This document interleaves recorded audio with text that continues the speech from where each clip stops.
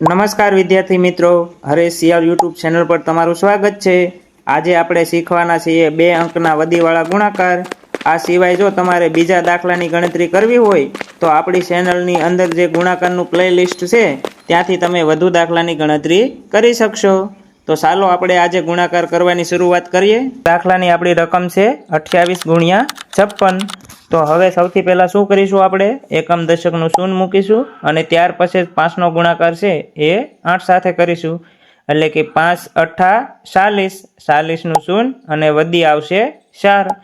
ત્યાર પછી 5નો ગુણાકાર 2 સાથે, એટલે કે 5 દુ 10, 10 અને હવે જે ઉપર વધી છે એ પણ આની સાથે આપણે ગણતરી કરવાની છે। 10 ને 4 14, તો અહીંયા નીચે મૂકીશું આપણે હવે 14। હવે 5નો જે ગુણાકાર છે એ બંને સંખ્યા સાથે થઈ ગયો છે। ત્યાર પછી આપણે છે એ 6નો ગુણાકાર બંનેની ઉપરની જે સંખ્યા છે એની સાથે કરીશું।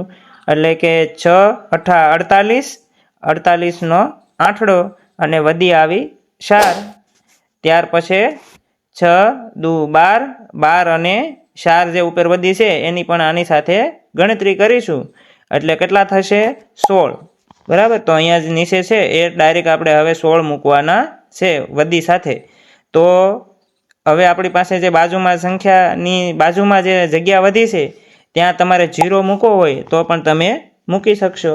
એમાં જે ગણતરી કરવામાં છે આપણને સરવાળો કરવામાં સરળતા રહે અને સંખ્યા છે એ બધી એક લાઇનમાં રહે, એટલા માટે તમારે 0 મૂકવો હોય તો પણ તમે મૂકી શકશો। હવે શું કરવાનું છે આપણે, તો કે ઉપરની અને નીચે જે બંને સંખ્યા છે એનો સરવાળો કરીશું।